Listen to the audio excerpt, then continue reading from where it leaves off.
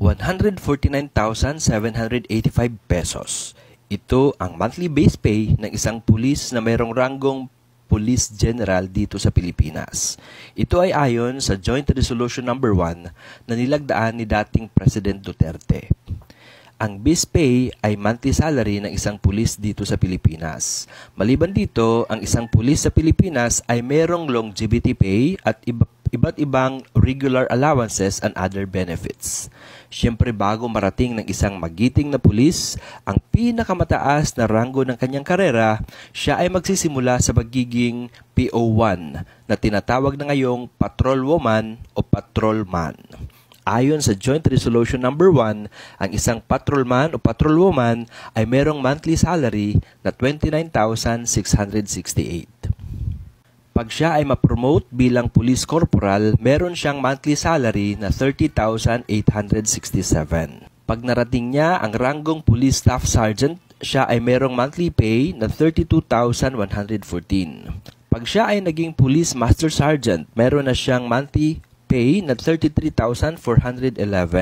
Ang isang police senior master sergeant naman ay merong 34,079 pesos. Pag siya ay na-promote bilang Police Chief Master Sergeant, ang kanyang monthly salary ay magiging 34,761. Ang susunod na ranggo dito ay isang Police Executive Master Sergeant. Ang ranggong ito ay mayroong 38,366. Pag siya ay naging Police Lieutenant naman, meron na siyang 49,528. Ang isang Police Captain ay mayroong 56,582 na monthly salary. Ang Police Major ay tumatanggap ng 62,555 at ang Police Lieutenant Colonel ay mayroong 71,313. Pag nakamit niya ang susunod na ranggo dito na isang Police Colonel, meron na siyang monthly pay na 80,583. Susunod sa ranggong ito ang Police Brigadier General. Ang ranggong ito ay mayroong pong 91,058 pesos. Susunod dito ang Police Major General na mayroon pong 102,896.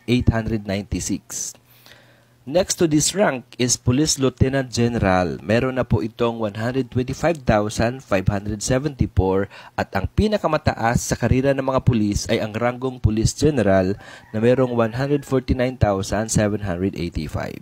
Ang longevity pay o ang tinatawag na long pay ay additional po na bayad o compensation ay binibigay sa mga miyembro po ng Philippine National Police na nakapag-render ng continuous and satisfactory service sa organisasyon. Ang longevity pay ay equivalent sa 10% of the basic monthly salary for every 5 years of service. Maliban sa longevity pay, maaari din pong makatanggap ang ating pong mga pulis na mga sumusunod na regular allowances: quarter allowance, clothing allowance, regular subsistence allowance, hazard pay, laundry allowance, gratuity, personal economic relief allowance o yung tinatawag nating PERA, hospital subsistence allowance, civil disturbance control subsistence allowance, training subsistence allowance.